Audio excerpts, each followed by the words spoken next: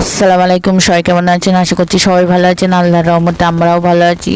দেখো, কোরআন পড়া আমি পড়ছি, আমার শুনে শুনে ও পড়বে, আমি যা করবো পুরো ডিটেলস ও করবে। আর আজকে দেখতে দেখতে 8টা রোজা কমপ্লিট হয়ে গেল, আলহামদুলিল্লাহ।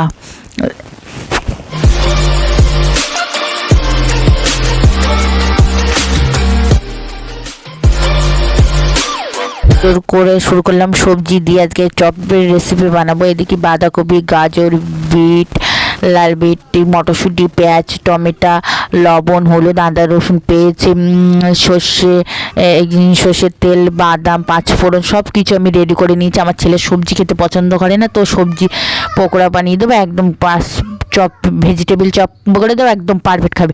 এদিকে কড়াইতে আমি তেল দিয়ে দিচ্ছি, তেলের ফোড়নে পাঁচফোড়ন দিচ্ছি, আর সব সবজিগুলো পেঁয়াজ, মটরশুঁটি, গাজর, টমেটো সব সবজিগুলো দিয়ে ভাজা ভাজা করে নেবো। একদম লবণ, হলুদ, গরম মশলার গুঁড়ো, চিকেন মশলার গুঁড়ো, মিট মশলা, মানে সবজির কোনো স্মেল, বাজে গন্ধ, যেমন বিটের একটা হালকা ঘ্রাণ বেরোয় না, সেই ঘ্রাণটা যেন না বেরোয়।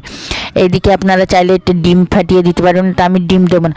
আমি আলু সিদ্ধ করে রেখেছি, আলুটা দিয়ে দিয়েছি ভেঙে, তারপরে বাদাম দিয়ে দিয়েছি। বাদাম আর আলু সিদ্ধ একদম ভেজে ভুজে আটাটা কড়ার থেকে ছেড়ে আসবে, তখন লাবিয়ে কেউ লম্বা গোল যে যেমন শেপ দিতে পারেন, তো আমি লম্বা লম্বা শেপ দিচ্ছি। আর এদিকে বেসন গুলিয়ে নিচ্ছি, লবণ, হলুদ আর গরম মশলার গুঁড়ো দিয়ে ব্যাটারটা তৈরি করছি। ব্যাটারটা ঠিক বিশাল পাতলা, বিশাল ঘন হবে না। এদিকে আবার কড়াইতে আমি সাদা তেল দিয়ে দিয়েছি, আজকে সাদা তেলেই ভাজবো।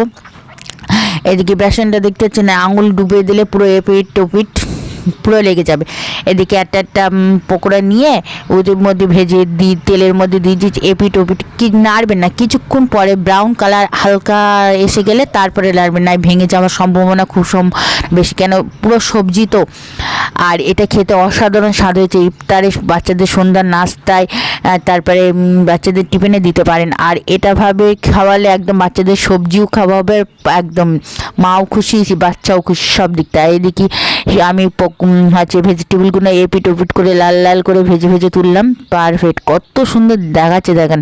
আর চোখের দেখতে, আর আমার সোনা পাখিটা এসে বসেই আছে, আম্মু কখন হবে কখন হবে। আমার এদিকে কমপ্লিট, ওকে না খাওয়ালে তো হবে না। এদিকে আমি সস, ডিম চপ করেছি সেটা, আর এই সসগুলো দিয়েছি গরম গরম, একদম গরম, ভেঙে ওকে দেবো তো ও আম্মু বিশাল গরম, বিশাল গরম, আর দিয়েছি গালে হু হু হু হু হু করছে। তো ভিডিওটা যে এই পর্যন্ত, সবাই ভালো থাকবেন, সুস্থ থাকবেন, আজ ব্লগের সাথে দেখবেন, আমাদের জন্য দোয়া করবেন। খোদাফেজ, বাই বাই, টাটা। আমার চ্যানেলটা সবাই সাবস্ক্রাইব করবেন।